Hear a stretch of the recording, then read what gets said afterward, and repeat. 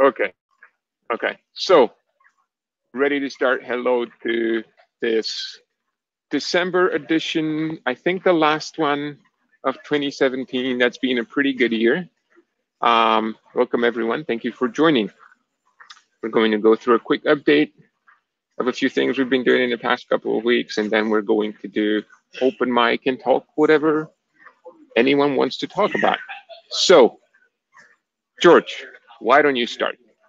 Yeah, why don't I start? So, um, two things mostly. One is we fixed the screen sharing issue reported in the community in the last community call by Jonas and Marcus. So that's now fixed, and I think it's not. I think I'm pretty sure it's also deployed in Jitsi, so we should not have that anymore. They've also reported. Well, not reported, but Do you want to say a couple of words about what was going on there very quickly? That was something that we had observed in the past, but we were not able to um, identify the root cause. We have identified symptoms actually. The Chrome was failing to decrypt some RTCP messages coming from the bridge. That has been we have found that a long time ago. We have looked into that with Boris, but it wasn't really apparent the cause. So and the conference was working. So yeah, we got swamped with other things and we didn't investigate it further. But it turns out that actually the bridge was not properly terminating FIRs and pleas, and so it was it may it may have been the case that forwarded pleas and FIRs for some reason were failing to be decrypted, and they were not being generated by the bridge because they were not being detected as incoming pleas, so they were not being terminated. They were just being forwarded, but in a malformed state. So the client often failed to decrypt the incoming FIR and pleas. So yeah, that was pretty much that could have resulted in unexplained connectivity issues and freezes during the call. So we are very happy, and thanks very much Jonas for and Marcus for bringing this to our attention, because I believe this has been crappifying calls for a long time in our system, in our platform. But now that's fixed, and we should be good.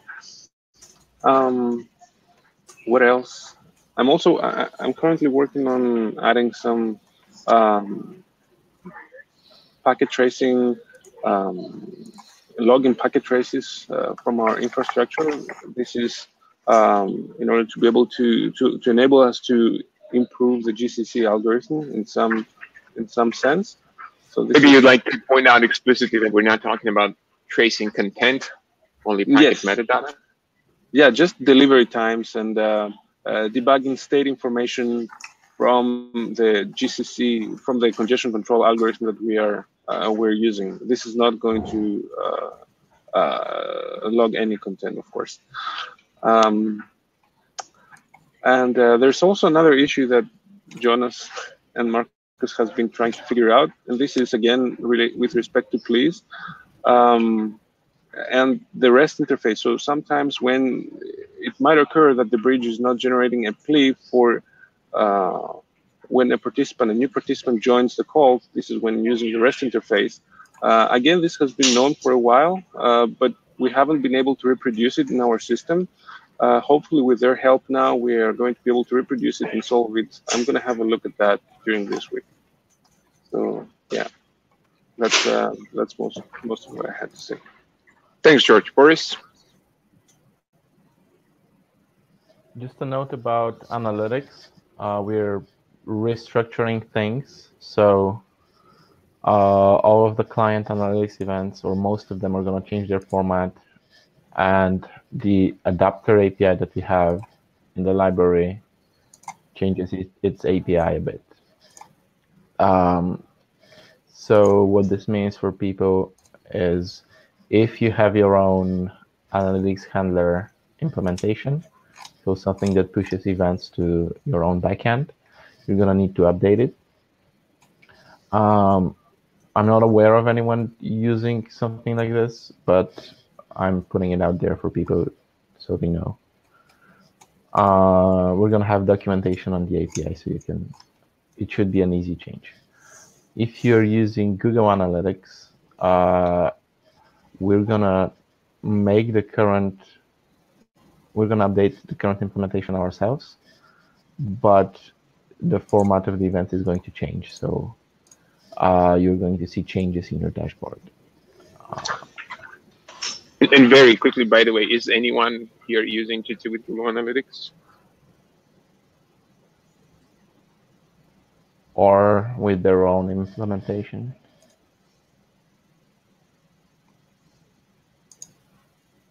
Feel free to post in the chat if you'd like later. Okay, thanks, Boris. Pablo, I see you didn't raise your hand, so I guess I'm going to quickly. Do you want to talk a little bit about the IPv6 issues that we've been noticing?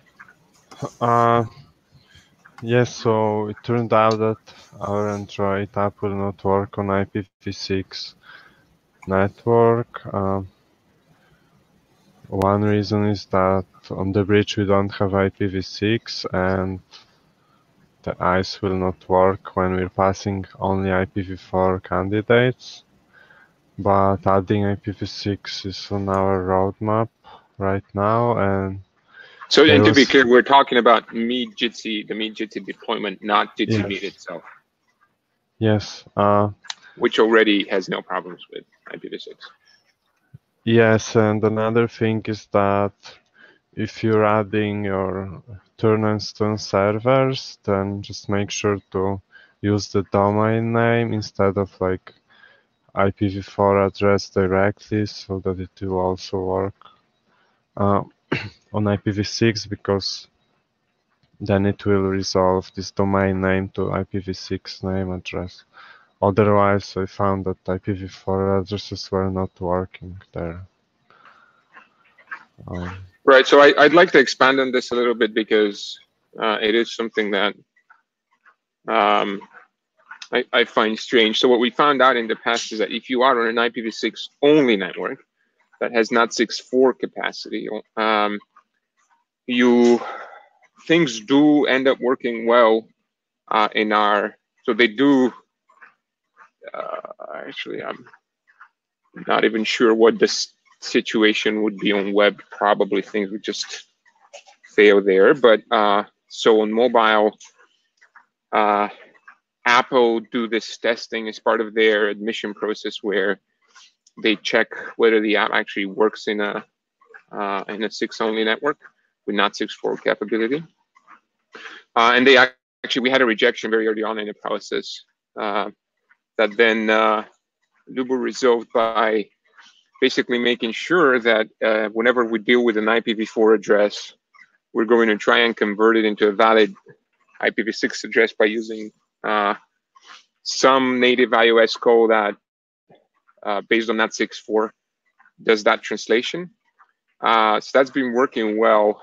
But what Pablo was referring to is that unless you have a DNS name and you let the system do the conversion through as part of the DNS routine, which would work fine, unless you do that, we're not able to find on Android a way to convert an IPv4 address into a 6.1 using that 6.4.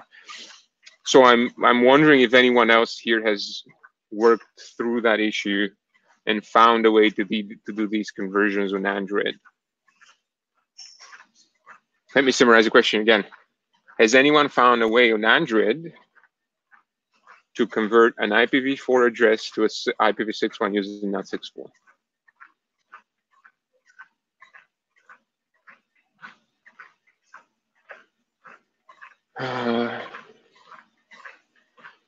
If someone decides they would like to share that later on, please don't hesitate to jump in, because that's of interest.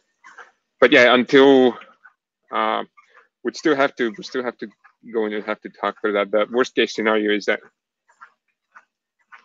we might just say that this would only work if your infrastructure only also has IPv6. Okay, thanks, Pavel. So you said I should consider your hand raised.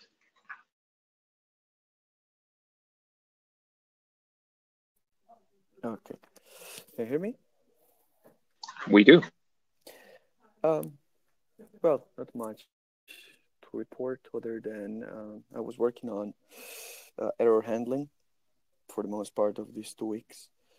So I guess this will be available with the next update of the app on the store. And to be clear, when you mean error handling, what you're talking about is properly displaying disruptions in connectivity to the user. Yeah, it means a number of things. So it means that if we fail to join the MOOC, if the conference fails, if the connection fails, you will get like an overlay like on the website page that says, hey, there's a problem, we're going to retry now. Wait a bit, or you can cancel or trigger it by hand with a reload. That's one side. Another part of this effort, which hopefully lands today or tomorrow, is rendering information together with the avatar when a user has problems. For example, his client crashed or something and we stopped receiving media for him, or the bandwidth is too low and it was suspended. And right now I'm working on detecting the case when remote doesn't send any video, but ICE is up and everything looks fancy, but video is not being received, which usually is explained by connectivity issues or something alike. But that requires a patch to the React Native WebRTC library, because this detection is not built into WebRTC, but it's implemented in Chrome. So I'm kind of taking some work that Pavel did and updating it and now doing the iOS part. All right, great. Thank you very much. Is Zali on the call?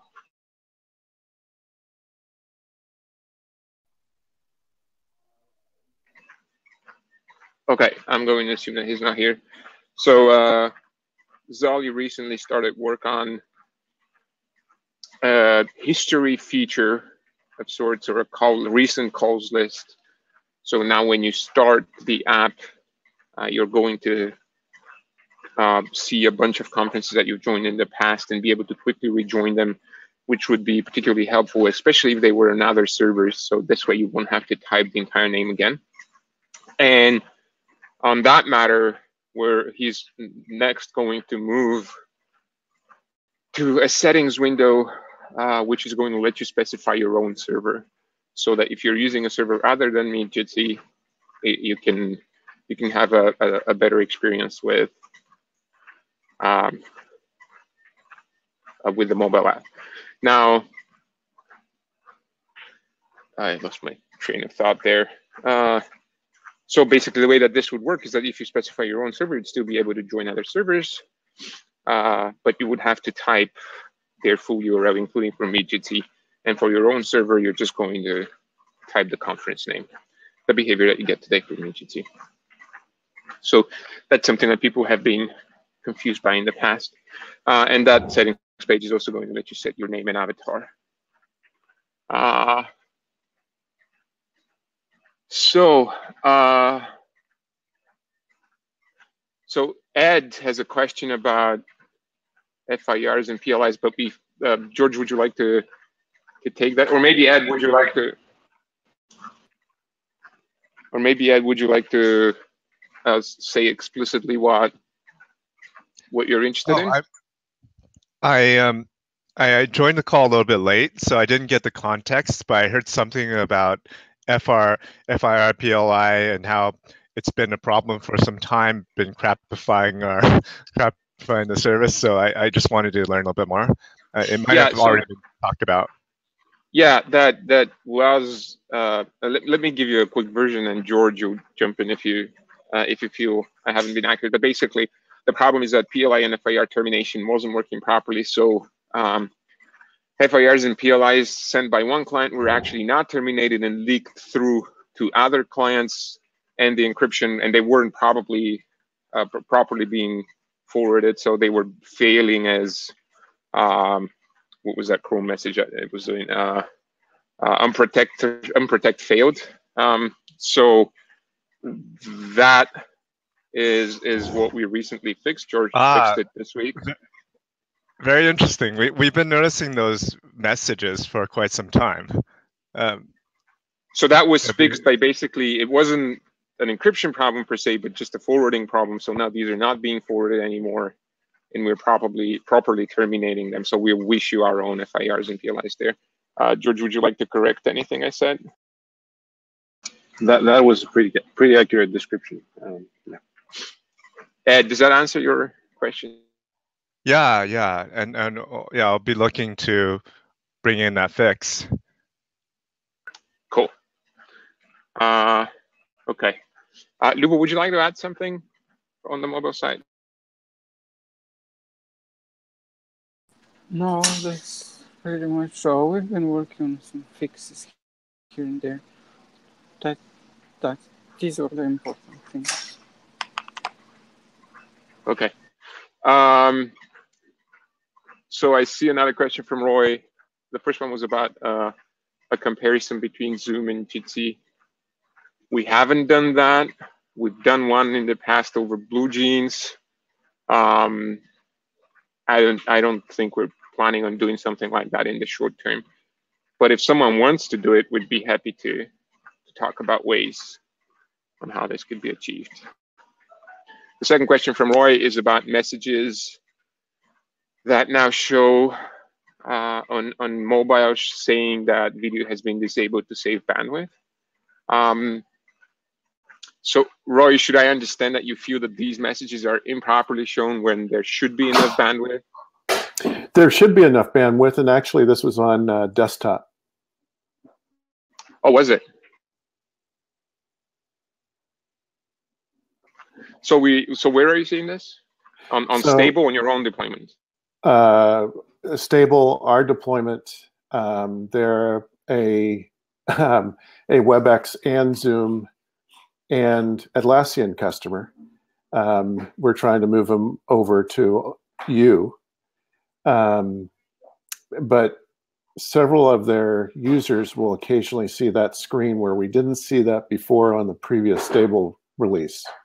Is that something that we did, or is there a change on your side? George, has the send-side bandwidth estimation made it into stable? Do you know? No. It's not, and even if it did make it, even if the code did make it into stable, it's not enabled by default. So, so yeah, that wouldn't explain the issue. But I'm trying to remember whether we have any fixes. Is this on Chrome? Yes. Yes. I was wondering if maybe 1080p Chrome could affect this, because technically, when we update to 1080p, the lowest resolution is going to be higher than it used to be, and they don't do resolution drops with simulcast, so maybe that's something. Are you talking about that old bug, Brian? No, I'm just saying that when we changed Chrome to do 1080p, now with simulcast, the lowest layer resolution is higher than it was before, and maybe that's imposing a slightly higher bandwidth constraint, requirement or something, because they don't do resolution drops on the simulcast layers. I don't know if they'll bring the bitrate all the way down still or not, though. Maybe. That's interesting. Roy, did that make sense to you? It does. We hadn't seen that message before. So what Brian is saying is that in the latest version, one thing that changed is that now the maximum resolution is 1080p as opposed to 720p. And when that happens, even the lowest resolution that we can potentially drop down to in order to adjust to traffic problems also goes up. So our minimum goes up, which means that it is more likely that rather than dropping you to a shittier resolution, we would just cut off your video. And you could experiment with this, because in config.js you could change the resolution to force 720p. We could probably talk offline about how to do that if you're not sure, but that would be something you could try.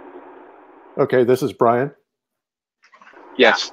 Great. I'll send you a note, Brian. We'd like to know how to set that, because they're accustomed to WebEx, which has, well, if you look at the comparison that Zoom did with WebEx, the WebEx resolution is not very good.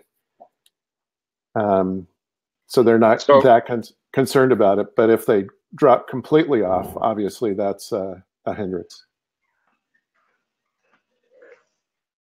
I'm sorry, can you repeat that?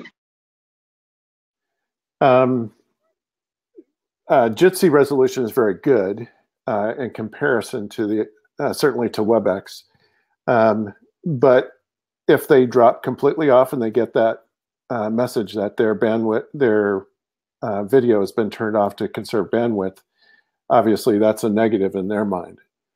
Sure. So I sent you in the chat here a link to the config.js on Meet Jitsi. You can see how to configure it to 720p, and you can experiment with that a little bit. Okay. So this should drop all resolution layers, including the lowest one. So we should be sending shittier quality video for longer before abandoning. Does that make sense? Yes. Thank you. Sure. Let us know how this works.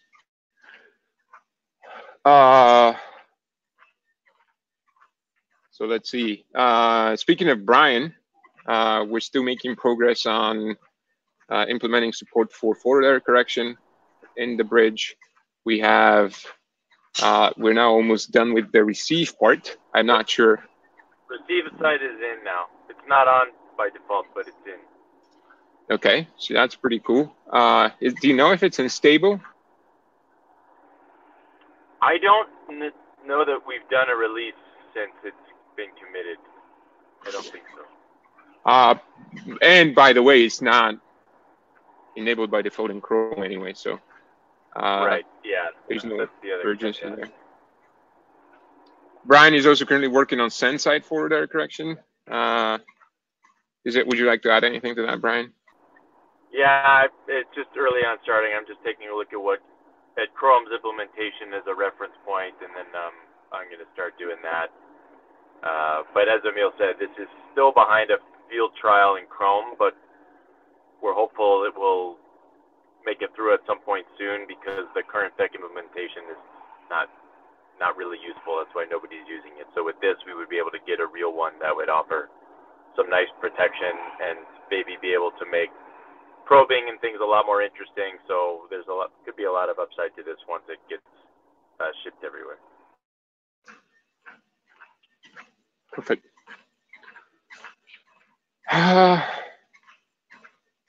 Okay. I think that does complete a good round here. Anyone on the team wants to add anything in terms of progress? I guess we've launched a couple new regions. That's some news. Oh, right. We now have shards of Meet Jitsi in Frankfurt as well as Singapore. So if any of you are coming in from Asia or Central Europe, you'll have the potential to be hitting new shards. So far, we've seen quite a bit of bandwidth hitting both, so I'm pretty hopeful that this has improved our service overall.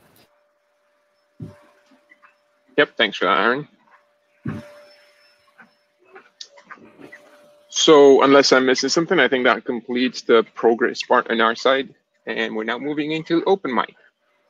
Any questions, comments, or requests for discussions? Hi guys, I have a quick question. I've got a quick question. I'm running the bridge code and the OF Meet. The Meet code that's a couple of weeks, maybe a couple of months old. So I'm hoping that this is an old bug that you already fixed. But we're running into an issue where when people mute themselves for a longer time and then try to unmute them, that visibly works, but the audio never gets restored. Is that a problem that you recognize? Sorry, you were cutting off, at least for me. I'm sorry, can you repeat the question? We're running into an issue where people that are muted and then unmute themselves, you never hear them. You do see them. The mute was audio only. but when they unmute themselves, the audio doesn't come back. How old is that version? A couple of months, probably. Does that sound like a lip sync problem to anyone? It can be a lip sync issue because we have it disabled by default. No, but what if they had enabled it? What's that setting? Is that a config.js setting? Yeah, mostly. You can optionally disable that in the bridge as well, but it does have a config.js option. Oh, right. Enable lip sync. Yeah. Okay. I'll have a look there and I'll try to update and see. This should be disabled. Yeah. Okay. And they're joining from Chrome? Yep. Or any ideas as to what else might be causing this? I would look for. No, I was about to say to look for set remote description errors, but for audio, we don't do set remote descriptions. Yeah, I mean, this is. You could check. Does the WebRTC internals graph for the audio stream show the activity or any indication that it started at that point? I haven't looked. I was just hoping that you guys immediately recognized this problem and said, "Oh, just update and it'll be gone." I'll update anyways, and I'll look at the lip sync settings, and if it persists, I'll ping you guys back on the mailing list or something. I would also check the Chrome logs for failed to unprotect packet errors in case the gap in sequence number caused this. Okay, I'll have a look at that as well. Thanks. Oh, that's a good one. Yeah. But that also shouldn't be happening, right? We've seen problems like this a few times, but we've, as far as I know, we've fixed them all. Okay, thanks. Oh, one other thing, I tried to join using the Android app that I just downloaded, and it allowed me to connect and briefly join the conversation, but then it kicked me out repeatedly, like 3 or 4 times. And that happened, I think, as soon as the presenter changed. So there was some flickering in the image, and then the application crashed. If you're quick enough to go into audio-only mode, it shouldn't crash. It's a known crash. We fixed it in master. Thanks for reporting. Okay. Was it crashing though, Gus, or were you? What was the exact experience? The application crashed completely. Okay.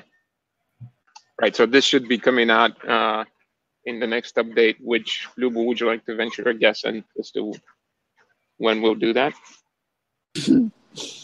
We can try for this week. I'm not bothered by this much. I just wanted you guys to be aware of it. Oh, it's bothersome because it crashes, but yeah, just as a workaround, try to go into audio on the mode. Okay, thank you guys. Ahmed, you had a question? Yeah, actually, I wanted to talk about Gus's problem with audio. Do you guys hear me well? Yes. Okay. I also noticed the same issue. Gus, did you notice the issue that is in a longer session, somewhere around 2 hours or something like that? Well, it's not longer, and the persons that it happens to, they tend to be muted for a longer time, but that's not 2 hours. Our meetings are about an hour tops, and those people would be muted for like 10 minutes. We haven't really experimented with it to find the boundary values, but it appears to occur when people are muted for an extended period. Yeah, we have noticed the similar issue when a session is longer, like as I said, 2 hours or something like that. So apparently, JVB is sending packets, but they never actually get processed by WebRTC stack. So I'm not sure what's happening there, but that's something to investigate for sure. Well, that it actually happens. sounds like the what's the word? The sequence number. What's the word for that? For fuck's sake? Rollover, right? Yeah, Because it does look like that. So I don't know. I'll probably take a look at it. I'm not sure, but I think we've actually addressed that one. What version have you seen that with, Ahmed? it was quite somewhat old. Can someone confirm that we did look into that and address it at some point? So we have a code that hides the gaps in the audio sequence numbers. I think we have.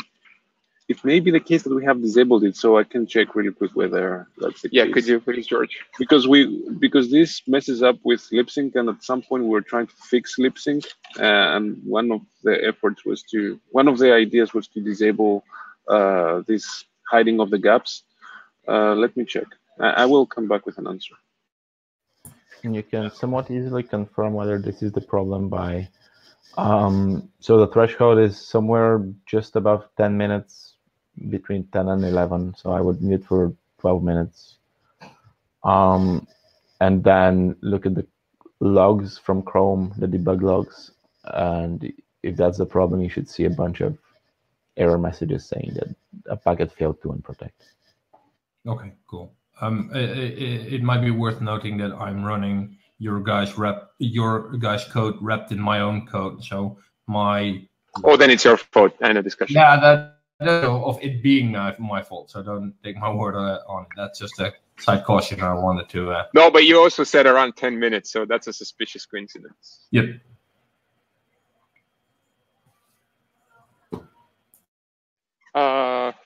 While George is looking for an answer to that thing, anyone else wants to open a subject?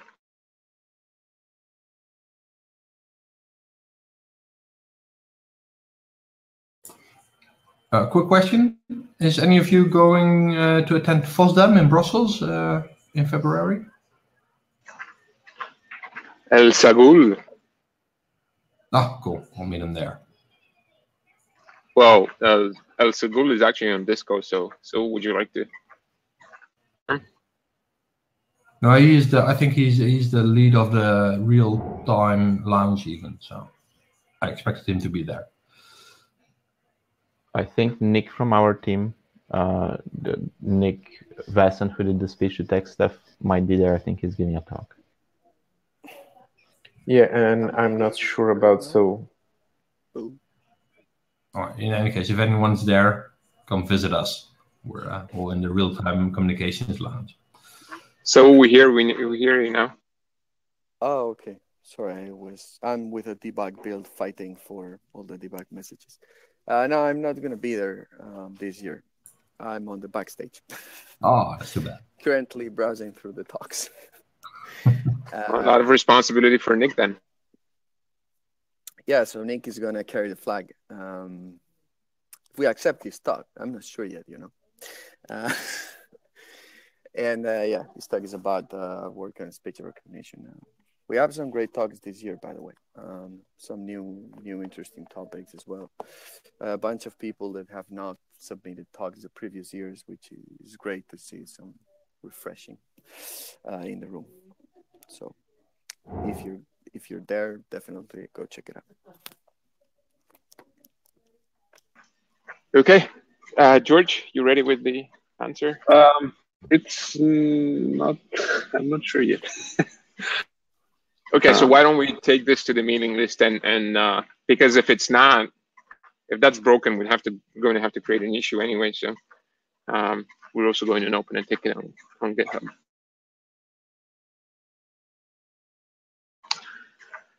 Okay, last go. Are we I think live? it's enabled. I don't think we're live. Oh yeah, we were live streaming, but I didn't see it fail. I'll take a look at the log, see what happened. Okay, thanks. Also, it looks like it's enabled by default. So either that's broken or something else is going on. Oh, it would be great for whoever reported these muting issues. It would be great for you guys to report that you're having them recent version, and then if you are, we absolutely need to take a look into this. I'll update my version, and then I'll let you guys know. Okay. Thank you very much, everyone, for joining, and see you again next year. Bye-bye.